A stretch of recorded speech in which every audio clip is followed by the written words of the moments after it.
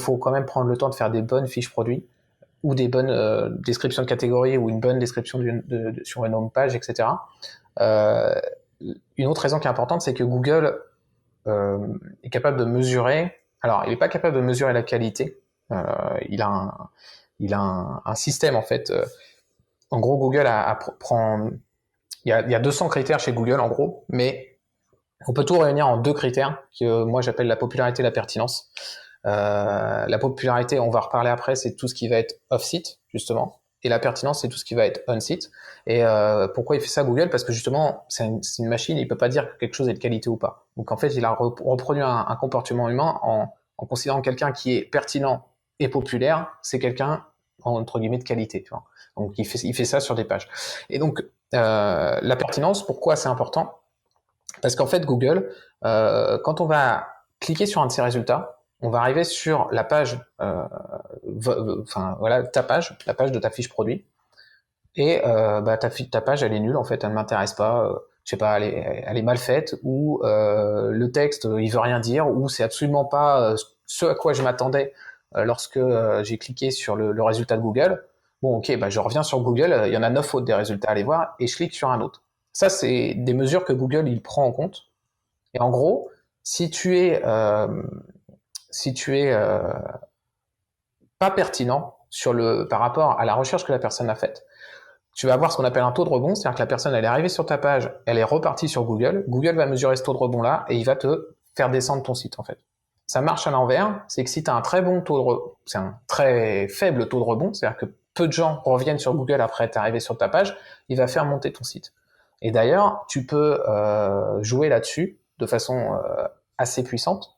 C'est que qu'est-ce qui va se passer en fait? C'est que Google, en fait, tu vas être en 3e position. Google sait qu'en gros, qu'en 3e position, le taux de rebond moyen, c'est, bon, j'ai pas de chiffre, on va dire 40%. Ouais, j'en sais rien, je dis un chiffre au hasard, c'est 40%. Et il va voir que ton résultat, il a que 25%, alors que le résultat numéro 2, lui, il a 35%.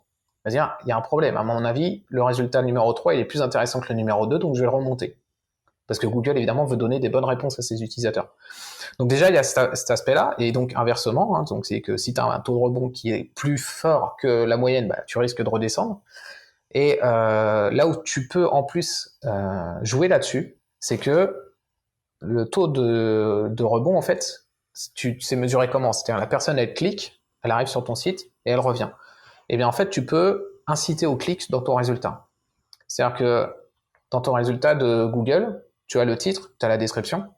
Ça, tu peux les gérer, c'est ce qu'on appelle la meta-title et la meta-description. Tu peux les gérer. Si tu fais une super meta-title, une super meta-description, les gens vont aller plus cliquer sur ton résultat que les autres résultats, en fait. Tu vois? Et si en plus ta page derrière, elle répond à la promesse, en gros, parce que c'est une promesse que tu fais dans tes résultats de Google, eh bien, les gens vont pas revenir. Donc ça, Google, il va tout mesurer. Et en fait, moi, ce qui se passe, c'est que moi, par exemple, j'ai un article de blog sur comment éviter la pénalité de retard sur la déclaration de TVA. Tu vois, c'est un vieil article qui devrait normalement virer, mais il est encore assez intéressant.